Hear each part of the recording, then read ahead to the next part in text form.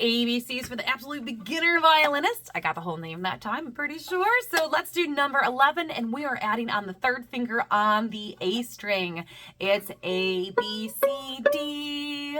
And so A, B, C, D. That's what we're working with. So let's say it before we do the fingers and plucking. Ready, say it.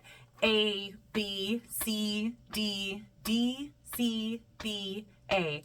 A, B, C, D, D, rest, go. And it would go back to the beginning. There would be a lift, but we're not going to do any of the repeats today. So you can do it on your own. So adjust the fingers. 1, 2, 3, and lift. Ready, go.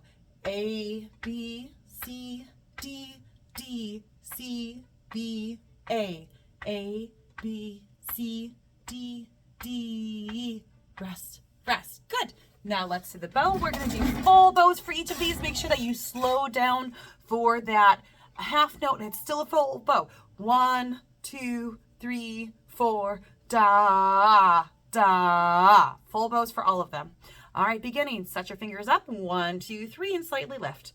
1, 2, ready, go.